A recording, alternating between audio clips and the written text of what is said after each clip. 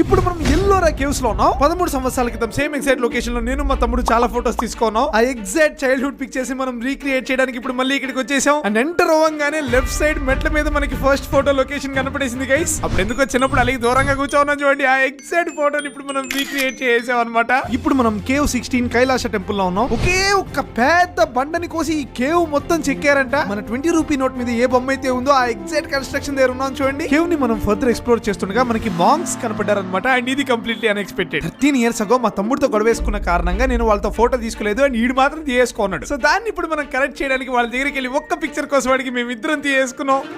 చేయి పట్టేసి అంత పెద్ద బొక్కన్నది వేసి ఏడ పిల్లర్లో బట్టి ఆడపిల్ల ఎవరని మాత్రం నన్ను అడగబాకండి. మనం రైని బండికి ఇంకొక కేవ్ దగ్గరికి వెళ్ళిపోయాం. అండ్ ఆ కేవ్ ఎంట్రీలోనే మనకి ఇంకొక ఫోటో యొక్క స్పాట్ దొరికేసింది.